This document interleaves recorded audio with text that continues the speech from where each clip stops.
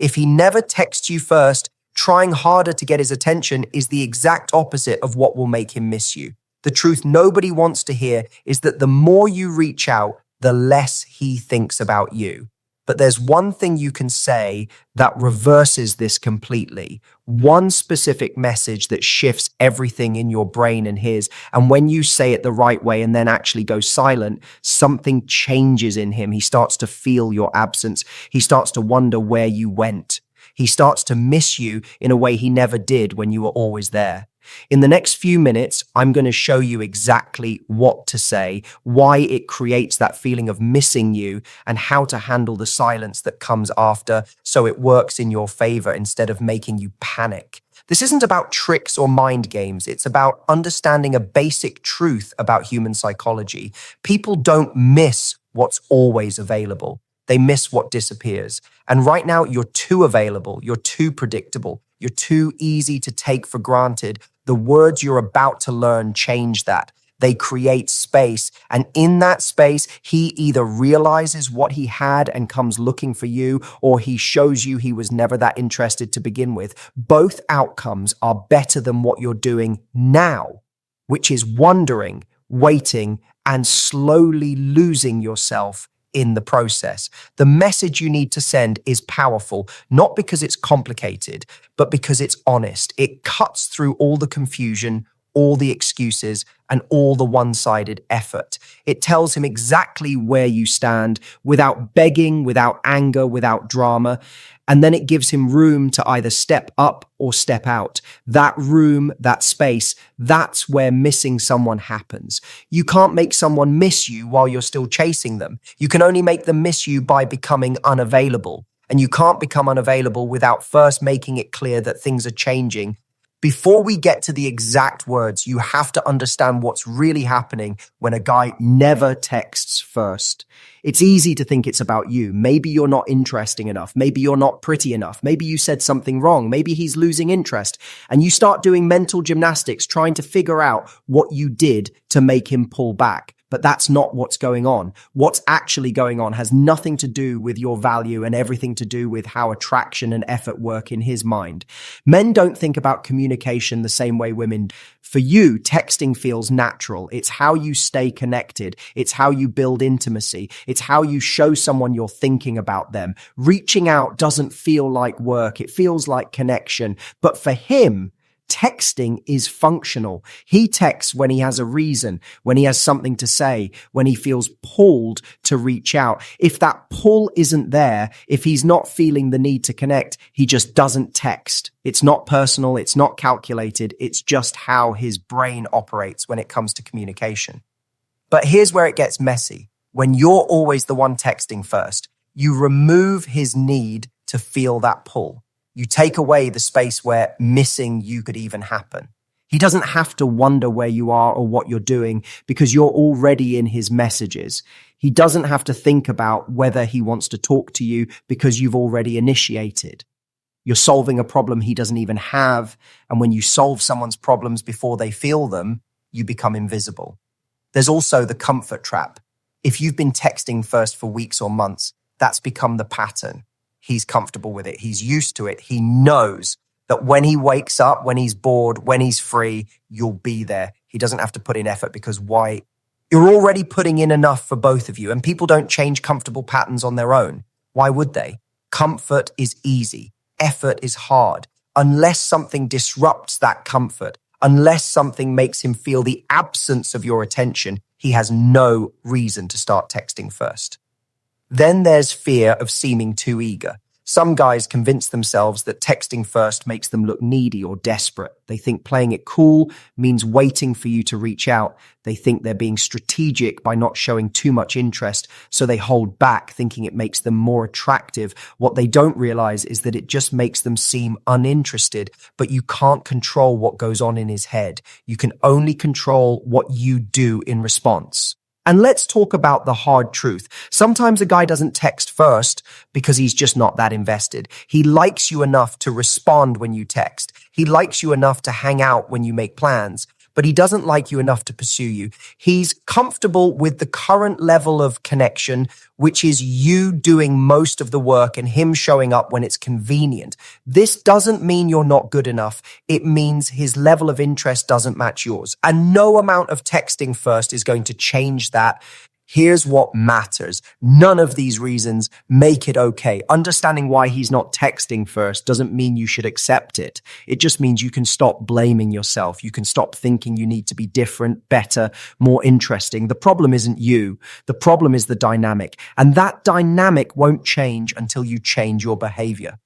The biggest mistake women make when a guy never texts first isn't that they text too much. The real mistake is staying silent about how they feel while continuing to do all the work. You keep reaching out, you keep initiating, you keep being the one who cares more, and you tell yourself that if you're just patient enough, understanding enough, cool enough, he'll eventually realize how great you are and start putting in effort. But that's not how it works. Hoping someone will change without telling them what needs to change is just setting yourself up for disappointment. When you don't say anything, you teach him that this is fine. Your silence becomes permission.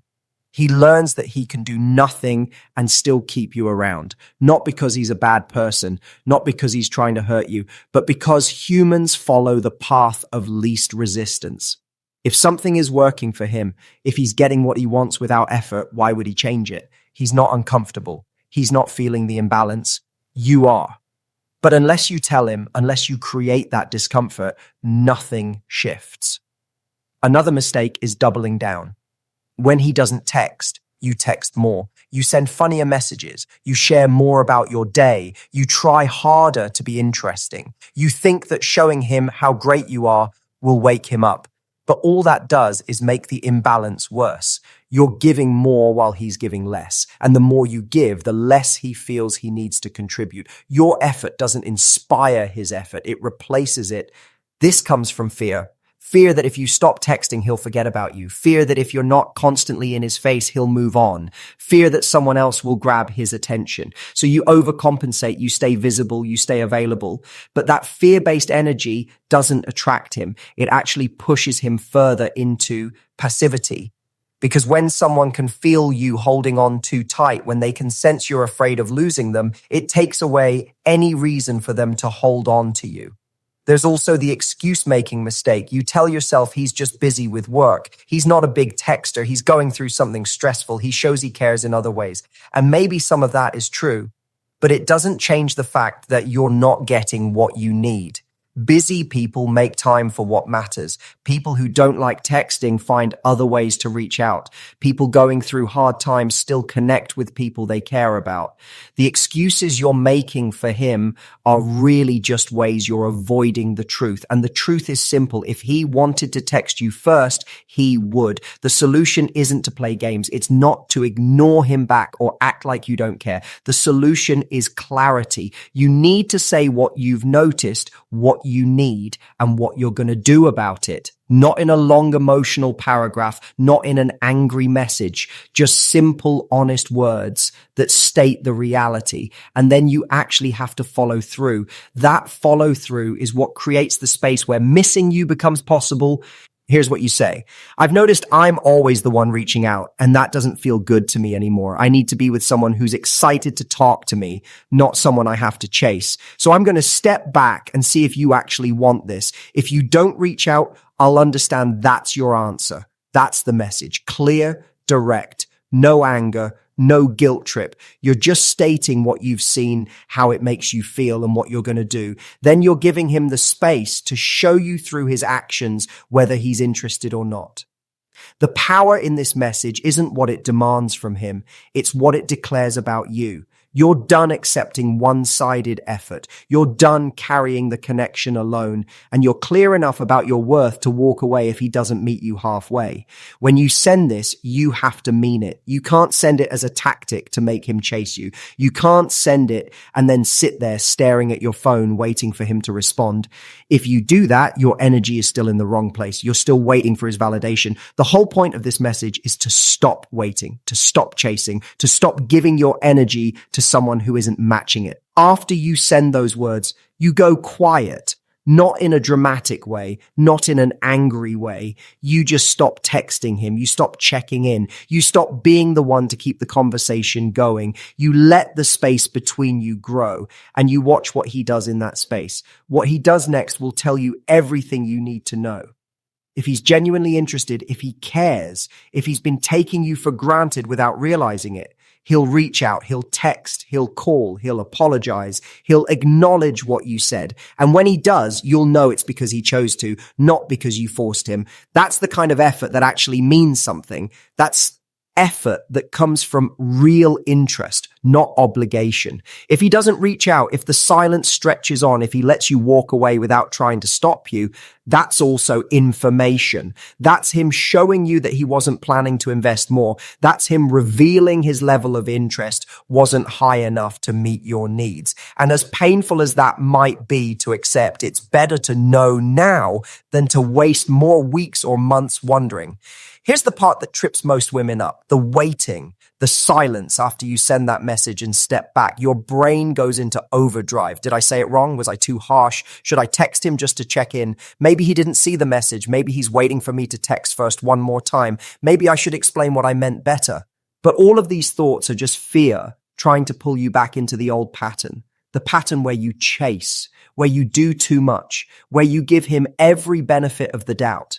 You have to resist that pull. You have to sit in the discomfort of not knowing. You have to let him feel what it's like when you're not there. Because if you break the silence yourself, you undo everything. You're right back where you started. You prove to him that you'll always be the one to reach out. And that teaches him your words don't match your actions, that your boundaries are flexible, that if he waits long enough, you'll cave. The silence is the test, not for him. It tests whether you can actually hold your boundary, whether you can actually let someone miss you instead of chasing them, whether you can sit with uncertainty instead of constantly seeking reassurance. That's hard. That's uncomfortable. But that discomfort is where growth happens. His response or lack of response in the silence tells you the truth. If he lets days turn into weeks without reaching out, he's telling you he's okay with losing you. If he texts within a day or two, if he acknowledges what you said, if he takes responsibility and changes his behavior, he's telling you the connection matters to him. You don't have to interpret anything. You don't have to decode hidden meanings. You just watch what he does and believe it. While you're in that waiting period, the most important thing you can do is focus on yourself, not as a strategy to make him jealous, not to show him what he's missing, but because your life needs to be full, whether he's in it or not. Spend time with friends, do things you enjoy, work on your goals, exercise, read, create, do things that make you feel alive and remind you that you're a complete person without him. The more you invest in your own life, the less his silence affects you. When your happiness depends on whether he texts, every hour without a message feels like torture. But when your life is already rich, when you're already fulfilled, his absence becomes just one small part of your reality. It stops being the center of everything. This shift doesn't just protect you emotionally, it actually makes you more attractive. A woman who has her own life, her own interests, her own joy, radiates a different energy. And that energy naturally draws people towards you who are ready to add to your life, not drain it. You also need to remind yourself of the truth during this time. The truth is, if someone wants to talk to you, they will. If someone values you, they show it through action. If someone is interested, they make an effort. You don't have to convince anyone to see your worth. You don't have to prove yourself. You don't have to chase. The right person recognizes your value and acts on it. The wrong person makes excuses, disappears, or keeps you guessing. Your job isn't to turn the wrong person into the right one. Your job is to honor yourself enough to only accept what feels good. This is where a lot of women get stuck. They know this truth intellectually, but they don't want to accept it emotionally. They keep hoping he'll change. They keep finding reasons to explain his lack of effort. He's just overwhelmed right now. He's not good at communicating. He's dealing with personal stuff. And sure, maybe those things are true. but they don't change the fact that you're not getting what you need. Busy people prioritize what matters. Bad communicators find ways when they care enough. People with problems still reach out to people they value. If he wanted to, he would. Accepting this is hard because it means letting go of the story you've been telling yourself. The story where he eventually sees how amazing you are. The story where your patience pays off. The story where everything works out because you cared enough for both of you. But real relationships don't work that way. Real connection doesn't require you to sacrifice your needs. Real love doesn't leave you feeling anxious and forgotten. Real partnership is mutual effort, not one person doing all the emotional labor. When you send that message and step back, you're not giving up on connection. You're choosing yourself. You're setting a standard that protects your energy, your time, and your peace. You're saying clearly that you won't settle for crumbs when you deserve the full meal. That kind of self-respect changes everything. It shifts the dynamic. It forces reality to the surface. Some guys will step up. They'll realize they were coasting. They'll see what they were about to lose. They'll start texting first. They'll apologize. They'll show you through consistent action that they value you. If this happens, great, but pay attention. Make sure the change is real and lasts beyond a few days. Real change shows up in patterns, not just promises. Watch whether he maintains the effort after a week, after 2 weeks, after a month. Anyone can try harder for a few days. The question is whether he sustains it. Other guys won't step up. They'll let you walk away. They'll stay silent. They'll move on. And as much as that stings in the moment, it's actually a gift. It's clarity cutting through confusion. It's proof you made the right call. Because if he lets you go easily, he wasn't holding on tightly to begin with. You didn't lose someone who valued you. You freed yourself from someone who didn't. Walking away isn't about being cold or playing games. It's about having boundaries. It's about knowing what you deserve and refusing to accept less. It's about understanding that your presence is a privilege, not a given. When you walk away from someone who doesn't value that privilege, you create space for someone who will. Here's the truth that connects everything. You teach people how to treat you. If you accept low effort, you'll get low effort. If you chase, he'll let you. If you're always available, you'll never be a priority. But when you clearly state your needs and back them up with you set a standard. You show him and yourself what you will and won't accept. That standard either raises him up or filters him out. Both outcomes serve you. The words matter, but what matters more is that you actually walk away. You can't say the words and then keep showing up. You can't draw a boundary and then ignore it. Your actions have to match your words. Otherwise, you're just making noise.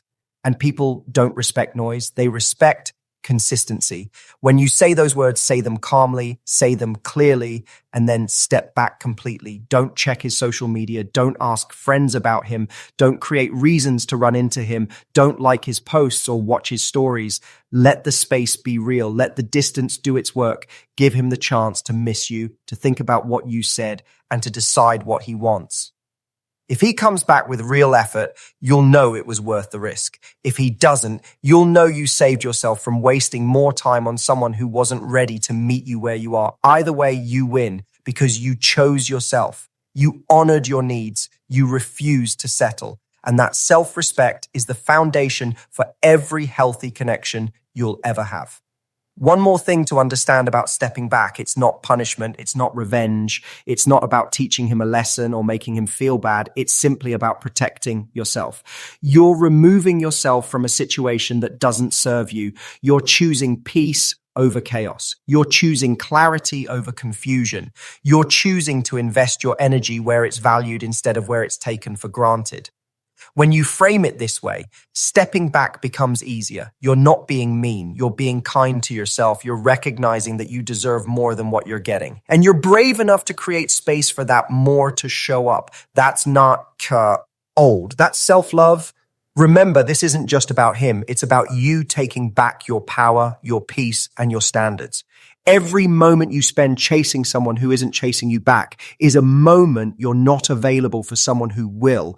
Every text you send to someone who doesn't reciprocate is energy you could be putting into your own life. Every hour you spend wondering why he's not reaching out is an hour you're giving him control over how you feel.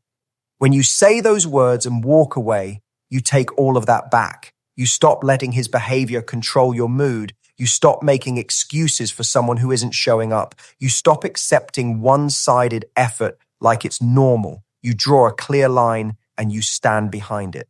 The first key point is this: your words create the boundary, but your actions enforce it. Saying what you need matters, but following through is everything. If you say you're stepping back and then you reach out 2 days later, you've taught him your boundaries don't mean anything. Don't make statements you won't honor. Don't draw lines you'll cross. Say it, mean it, live it.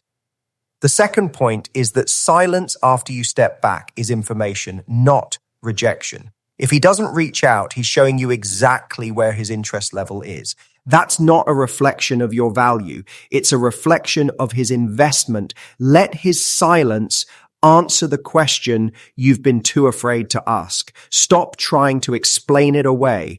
Just accept it as the truth it is. The third point is that stepping back is self-love, not punishment. You're not doing this to hurt him. You're doing this to protect yourself. You're choosing your peace over the anxiety of wandering. You're choosing clarity over confusion. You're choosing yourself. And there's nothing selfish about that. It's the healthiest thing you can do. Next, focus on your own life while you wait. Fill your time with things that bring you joy. Reconnect with people who matter. Dive into your passions. Take care of yourself physically and mentally. Exercise, eat well, sleep enough, do creative things, learn, grow, invest in yourself. The stronger you are, the less his response or silence will shake you. Your happiness can't depend on whether he texts. It has to come from within you. Another reminder is to trust the process. If he's meant to be in your life, he'll show up. If he's not, the space you create will make room for someone better. Both outcomes work in your favor. Both paths lead to clarity. Both options protect your energy. You can't lose when you choose yourself. The only way you lose is by staying in something that doesn't honor you. Remember that this feeling, as uncomfortable as it is right now, is temporary. The anxiety will fade. The wondering will end, the confusion will clear. And on the other side, you'll either have someone who stepped up and proved he's worth your time, or you'll have freedom from a connection that was draining you.